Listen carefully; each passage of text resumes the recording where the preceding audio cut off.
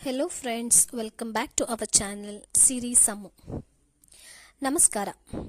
ಎಲ್ಲರಿಗೂ ನವರಾತ್ರಿ ಹಬ್ಬದ ಹಾರ್ದಿಕ ಶುಭಾಶಯಗಳು. ನಿಮ್ಮೆಲ್ಲರಿಗೂ ತಿಳಿದಿರೋ ಹಾಗೆ ನವರಾತ್ರಿಯನ್ನು 9 ದಿನಗಳ ಕಾಲ ಆಚರಣೆ ಮಾಡಲಾಗುತ್ತೆ. ಈ ದಿನ ನವರಾತ್ರಿಯ ಮೊದಲ ದಿನ.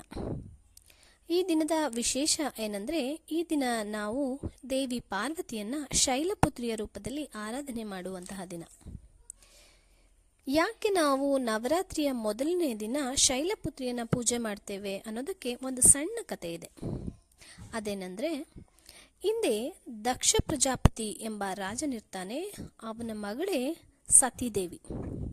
ತನ್ನ ತಂದೆಯ ಆಸೆಗೆ ವಿರುದ್ಧವಾಗಿ ಸತೀದೇವಿ ಈಶ್ವರನನ್ನು ಪ್ರೀತಿಸಿ ಮದುವೆ ಮಾಡ್ಕೊಳ್ತಾಳೆ. ಮುಂದೊಂದು ದಿನ ದಕ್ಷಿಣ ಅರಮನೆಯಲ್ಲಿ ಯಜ್ಞವೊಂದನ್ನು ಆಯೋಜಿಸುತ್ತಾರೆ. ಇದಕ್ಕೆ ಎಲ್ಲರಿಗೂ ಆಹ್ವಾನವಿರುತ್ತೆ. ಆದರೆ ಶಿವ ಮತ್ತು ಸತಿಗೆ ಆಹ್ವಾನವಿರುವುದಿಲ್ಲ. ಆದ್ರೂ ಶಿವ ಎಷ್ಟು ಹೇಳಿದ್ರೂ ಕೇಳದೇನೆ ಸತಿ ಆ ಯಜ್ಞಕ್ಕೆ ಹೋಗಿರ್ತಾಳೆ. ಅಲ್ಲಿ ಶಿವನಿಗೆ ತುಂಬಾ ಅವಮಾನವಾಗಿರೋದನ್ನ ನೋಡಿ ಸತಿ ತುಂಬಾ ಮನನೊಂದು ದುಃಖಿತಳಾಗಿ ಆ ಯಜ್ಞಕುಂಡಕ್ಕೆ ಹಾರಿ ಪ್ರಾಣತ್ಯಾಗ ಮಾಡ್ತಾಳೆ. ಇದೇ ದುಃಖದಲ್ಲಿ ಶಿವ ಉಗ್ರ ತಪಸ್ಸಿನಲ್ಲಿ ತನ್ನನ್ನು ತಾನು ತೊಡಗಿಸಿಕೊಳ್ತಾನೆ. ಈ ಸಂದರ್ಭದಲ್ಲಿ ತಾರಕಾಸುರನೆಂಬ ರಾಕ್ಷಸನು ಬ್ರಹ್ಮನನ್ನ ಕುರಿತು ತಪಸ್ಸು ಮಾಡತೊಡಗ್ತಾನೆ. ಶಿವನ ಮಗನಿಂದನೇ ತನ್ನ ವಧೆ ಆಗಬೇಕು ಎಂಬ ವರವನ್ನ ಬ್ರಹ್ಮನಿಂದ ಪಡೆದುಕೊಳ್ತಾನೆ.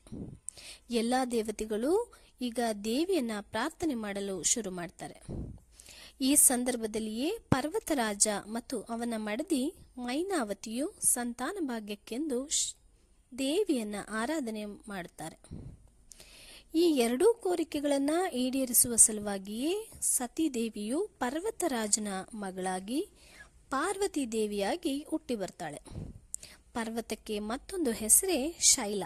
ಹಾಗಾಗಿ ಇವಳನ್ನ ಶೈಲಪುತ್ರಿ ಎಂದು ಕರೆಯಲಾಗುತ್ತೆ.